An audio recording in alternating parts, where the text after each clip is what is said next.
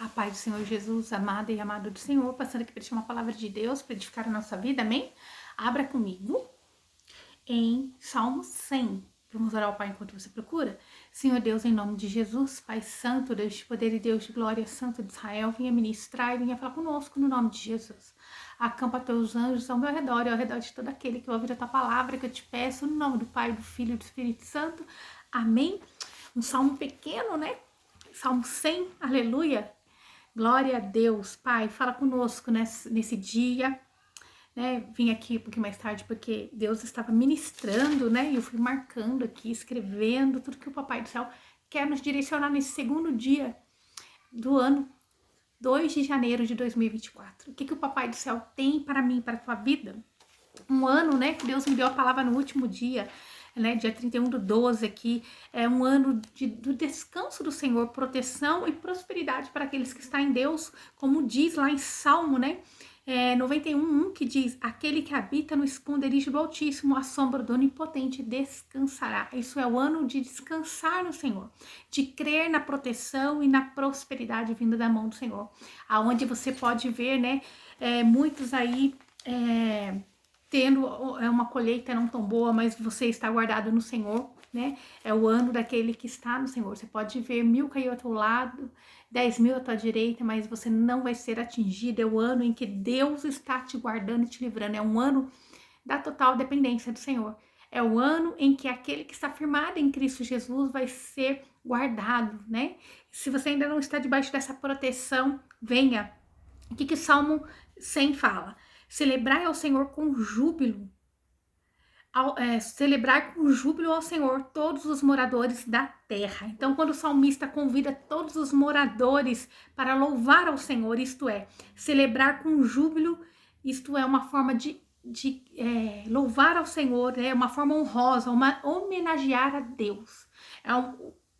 O Espírito Santo de Deus convidando todos os moradores da terra a glorificar o nome de Deus, a prestar culto ao Senhor, o Criador do céu e da terra. É homenagear esse Deus Criador.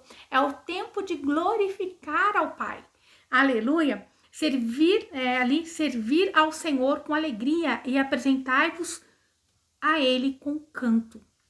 Servir, né, ao Senhor, isto é, trabalhar em favor do reino de Deus, com alegria, é cooperar para o crescimento do reino de Deus, né? Devemos nos apresentar ao Senhor com canto, isto é, louvor, sons, é glorificar, é tudo aquilo que quando nós estávamos no mundo, nós fazíamos para um jogo de futebol, para um ídolo, um cantor, alguma coisa, quando nós éramos, né, ali, não éramos conhecedores da palavra de Deus, mas agora o Senhor chama ao povo para servir Ele com alegria, com amor e com canto.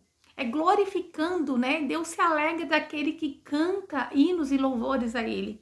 Talvez até aqui você tenha tentado da força do teu braço, da tua forma, do teu jeito. O Senhor está dizendo: venha até mim, cante a mim, glorifique, me honra, com louvor, com glória, né? Quando alguém olhar para aquilo que você está conquistando, você vai dizer assim, ó, é para honra e glória do Senhor, louvado é o nome do meu Deus que me deu essa possibilidade, que me deu a saúde para conquistar isso, que derramou a sua misericórdia, a tua graça sobre mim. É você glorificar ao Senhor em tudo, né? Por tudo que o Senhor tem feito. Então o Senhor convida toda a terra, a todos, para glorificar o nome dele. E no verso 3 que diz: sabei que o Senhor é Deus, né? Foi Ele e não nós que nos fez povo seu, ovelha do seu pasto. Então aqui o Senhor está dizendo, saber que o Senhor é Deus. Isso é, tenha consciência que a supremacia de Deus, né, é poderosa. Tenha consciência da total supremacia do nosso Senhor. Então aqui o Espírito Santo de Deus está, através do salmista, deixando bem claro que foi Deus que nos escolheu e não nós que escolhemos a Deus. Ele nos fez povo dele. Então é Deus, né, que nos escolhe. E quantas das vezes talvez você está aí perguntando: o Senhor tem certeza, Senhor? Será que o Senhor me escolheu mesmo? O Senhor não errou de endereço? Né? Nossa, porque eu tento fazer da forma correta, procuro com a força do meu braço e não consigo. Sou falha, sou pecadora. Talvez você fale assim: eu tenho me esforçado para fazer o que é correto, mas não consigo. Mas vamos ler lá em Romanos 7, né, 19 ao 24, o que Paulo estava dizendo? a respeito disso? Porque não faço o bem que eu quero, mas o mal que não quero, esse eu faço. Mas se eu faço o que não quero, já não sou eu quem o faz, e sim o pecado que habita em mim. Porque Paulo fala, né, que aquilo que ele não quer fazer, ele faz, mas quando ele faz, não é ele que faz. Isso quer dizer, a consciência dele, a mente dele está em Deus, em Cristo.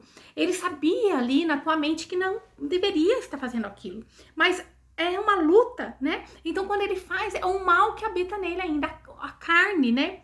Assim, encontro esta lei quando quero fazer o bem. O mal reside em mim, porque segundo o homem interior tenho prazer na lei de Deus, mas vejo nos meus membros outra lei que, guerreando contra a lei da minha mente, me faz prisioneiro da lei do pecado. Então ele estava dizendo aqui a respeito de uma guerra, né, entre o espírito e a carne, uma guerra de que ele tinha consciência do que era ser santo diante de Deus, mas ele ali se via, né, ali miserável, ele se via ali, né, indo contra a lei, o pensamento dele. E ele não queria fazer. Paulo estava falando a respeito do pecado involuntário. Mas me faz prisioneiro do pecado que está nos meus membros, miserável homem que sou. Então ele estava ali dizendo, Paulo, olha, eu fico prisioneiro desse pecado, eu fico prisioneiro. Isso quer dizer, ele se sentia culpado, ele carregava a culpa pelo pecado, né? Por causa do miserável homem que sou. Ele reconhecia que ele era necessitado da graça do Senhor. Quem me livrará do corpo desta morte? Paulo perguntando, quem nos livrará? Assim talvez esteja você, quem vai me livrar das culpas, dos pecados? Assim como Paulo servia a Deus e já tendo a mente em Cristo, involuntariamente ele pecava. Involuntariamente ele pecava. E quando isso acontecia, ele via ele via ali, né, guerreando a sua mente com a lei, né? Guerreando ali o que acontecia na vida dele. Ele se via numa guerra entre a carne e o espírito. Ele via ali uma guerra entre a mente e o seu lado pecaminoso, da tua carne, com a lei de Deus e a lei do pecado. Então era ali uma guerra da lei do pecado e a lei de Deus, né? Ele se via assim. Paulo se sentia prisioneiro da lei do pecado. Ele se sentia assim, né? Como se fosse punido, como ele ia ser ali afastado da bênção de Deus, né? Isto é, ele se sentia culpado, o pior dos homens. Ele ali tinha o Espírito Santo de Deus nele, que fazia ele se sentir o pior dos homens. Tanto que, que ele disse, quem me livrará do corpo desta morte?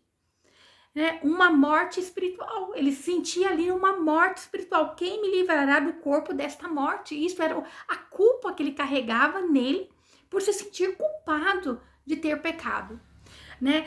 Sim, muitas das vezes nós nos sentimos assim miserável e culpados, como já não existisse jeito para sermos salvos. Talvez você possa estar se sentindo assim, né? Mas tem uma boa notícia para te dar. Tem uma boa notícia, a salvação de Deus para conosco, ela é de graça. Ela é pela graça, não foi de graça, mas é pela graça que Deus derramou sobre nós. Foi um preço pago de sangue na cruz, né? Então, ali é um favor imerecível de Deus para nós. É um favor imerecível. Em João 3,16 diz, porque Deus amou o mundo de tal maneira que deu seu único filho unigênito, para que todo aquele que nele crê não pereça, mas tenha vida eterna. Veja, Deus deu Jesus para passar na cruz por nós, para morrer na cruz por nós, e para que todo aquele que nele crê não pereça, mas tenha vida eterna. Ele não veio para julgar o mundo, mas para resgatar, né, o pecador. Ele não veio para, né, punir, ele veio para resgatar, ele não veio para matar mais ainda o homem, ele veio para resgatar a alma. Claro que Paulo aqui estava falando do pecado ali, né, involuntário, isto é, um pecado que ele não tinha programado. né? Porque o Paulo não estava falando de um pecado que ele programou, porque o pecado consciente, ele nos leva à morte espiritual, sim. Um pecado consciente nos afasta verdadeiramente do Senhor. Paulo se referia a um pecado involuntário, que não, que ao praticar a sua consciência fazia sentir ele miserável. Quando a pessoa, ela sabe que ela vai pecar, ela decide por aquilo, e ela acha que aquilo não tem problema, ela está se afastando de Deus, é uma decisão que ela toma. Mas quando a pessoa peca, né, involuntariamente, ela se sente assim como Paulo se sentiu, miserável, né, indigno de estar na presença de Deus. Ele sabia quem poderá me socorrer, né, dessa morte. Então, somente a graça de Jesus. A resposta está aí, somente a graça de Jesus. Só Jesus tem o poder de nos limpar das culpas, porque ele pagou um preço na cruz pelos nossos pecados.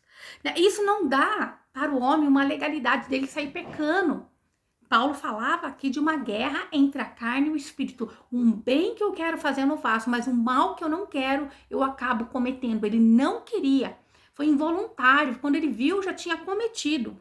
Então, que nós venhamos entender que o pecado não pode ter legalidade sobre a nossa vida. Mas se em tudo você se encontra assim, com um pensamento de culpa nesse começo de ano, Senhor, eu quero fazer parte das bênçãos do Senhor, daquilo que o Senhor tem guardado, do descanso do Senhor na minha vida esse ano, como diz lá em Salmo 91, aquele que habita no esconderijo do Altíssimo, a sombra do Onipotente descansará. Eu quero descansar na tua sombra, eu quero estar protegido pela tua sombra, pela tua mão poderosa e santa. Eu quero ter os livramentos que o Senhor tem para mim, eu quero as prosperidade que o Senhor tem para mim.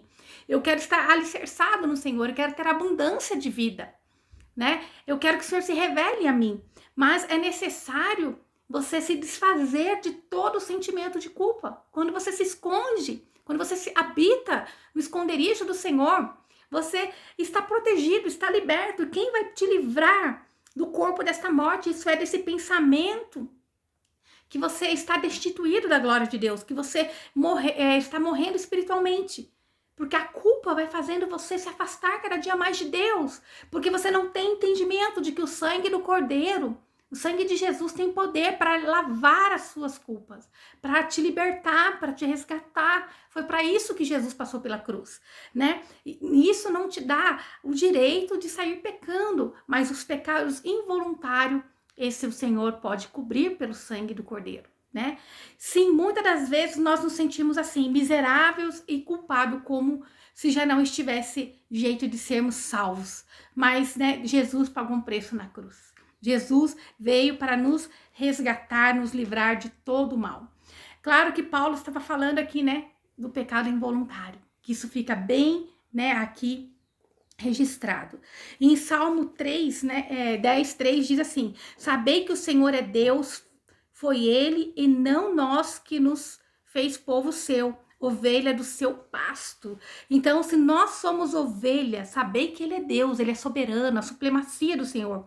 Se nós somos ovelha do pasto de Deus, nós temos que nos alimentar do quê? De coisas vindas do alto céu. Jesus é o pão da vida.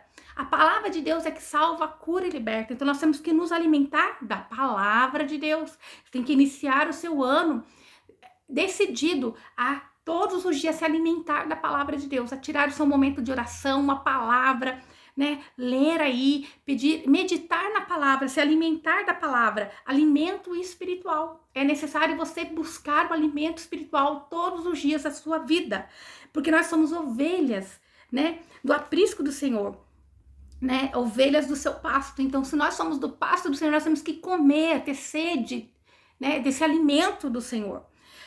Jesus é o pão da vida. E ele é o pão que nos alimenta. Então, nós temos que nos alimentar da palavra de Deus, que é o pão da vida. Verso 4, que diz assim: entrai pelas portas dele com louvor e em seus átrios com hinos. Louvai o Senhor, bendizei o seu nome. Então, nós temos que entrar na presença do Senhor com louvor. Isto é, glorificando, chamando a presença de Deus, reconhecendo ele soberano, né? Glorificar a Deus, né, com júbilo. Isso é honra ao Senhor teu Deus. Chame a presença dele. Senhor, o Senhor é um Deus poderoso, o Senhor é um Deus santo. E eu apresento esse ano que se inicia na tua presença. Eu apresento a minha vida, meus projetos, a minha casa, a minha família, o meu trabalho diante de ti. Que nós venhamos apresentar tudo que nós precisamos da ajuda e da misericórdia do Senhor. Nós somos totalmente dependentes do Senhor. Quando nós tentamos pela força do nosso braço, nós não conseguimos. Ali, quando Paulo se sentia culpado, é porque ele tentava, de uma certa forma, pensar: o que eu posso fazer para ter a misericórdia do Senhor?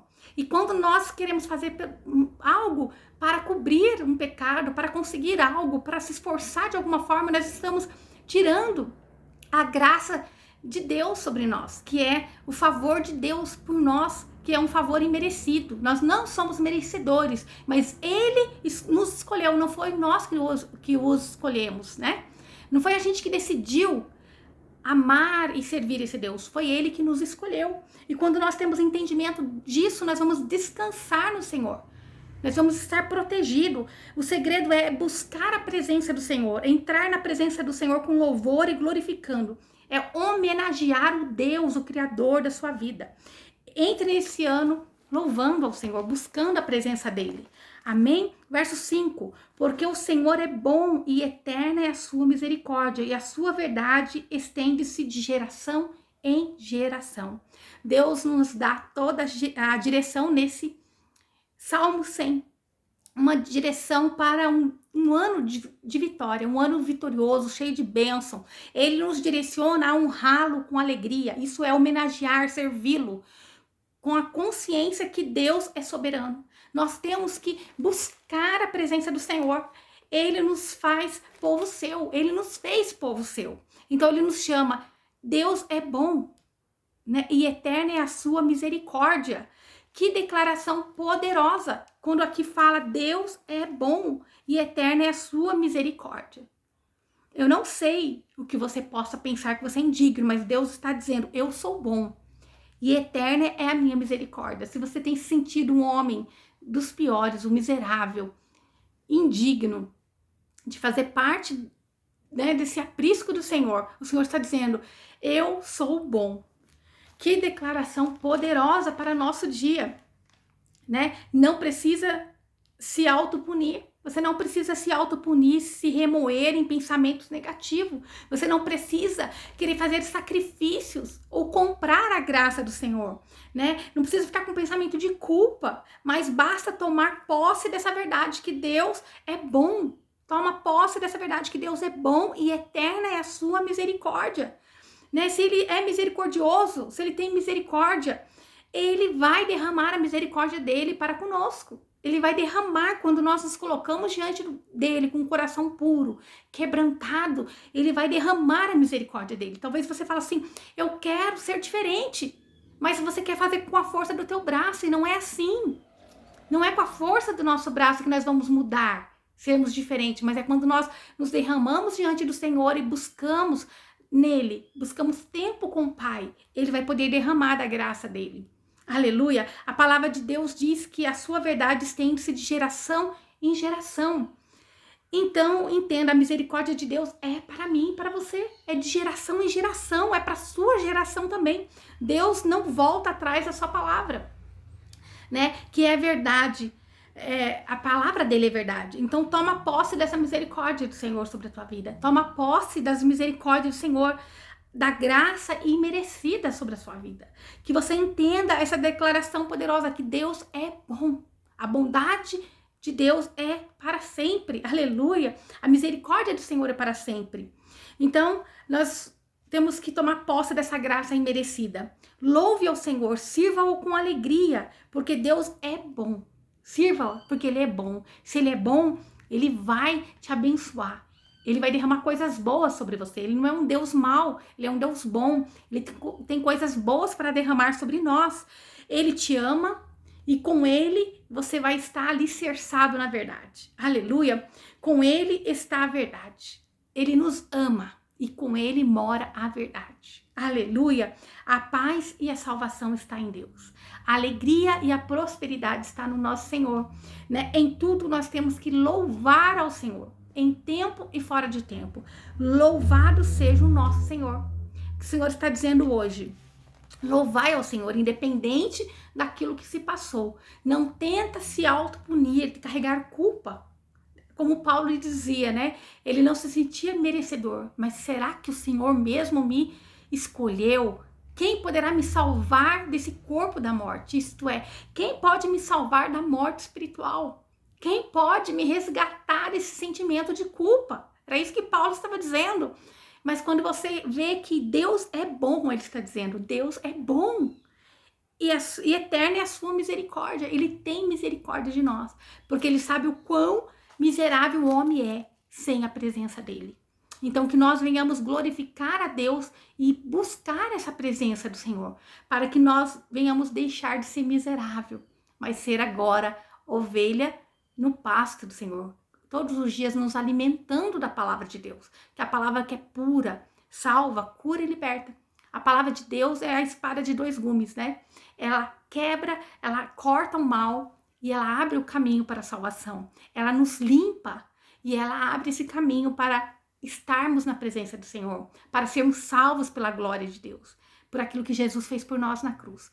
Deus te ama, Ele tem um ano de bênção para a tua vida. Né? Ele deu essa palavra para mim nesse último dia, né, que foi dia 31 de dezembro de 2023, para o ano de 2024, que é para a gente entender que aquele que habita no esconderijo do Altíssimo, isso é aquele que mora com Deus. Onde que você vai morar com Deus? É buscando a glória dele, é buscando louvores a Deus Altíssimo, é deixar ele fazer morada em você. More com Deus, isso é, tenha intimidade. Morada é o lugar aonde nós vamos para casa para descansar. Morada é onde nós vamos para casa para termos intimidade. Né? Tem coisas que você faz na tua casa que você não vai fazer. É o lugar onde você se limpa, toma banho, se alimenta. Que você faça de Deus essa morada. Amém? Que o Senhor te abençoe e te guarde e faça o rosto dele resplandecer sobre você. Que ele te traga paz. A paz que excede todo entendimento humano. Glória a Deus. Aleluia.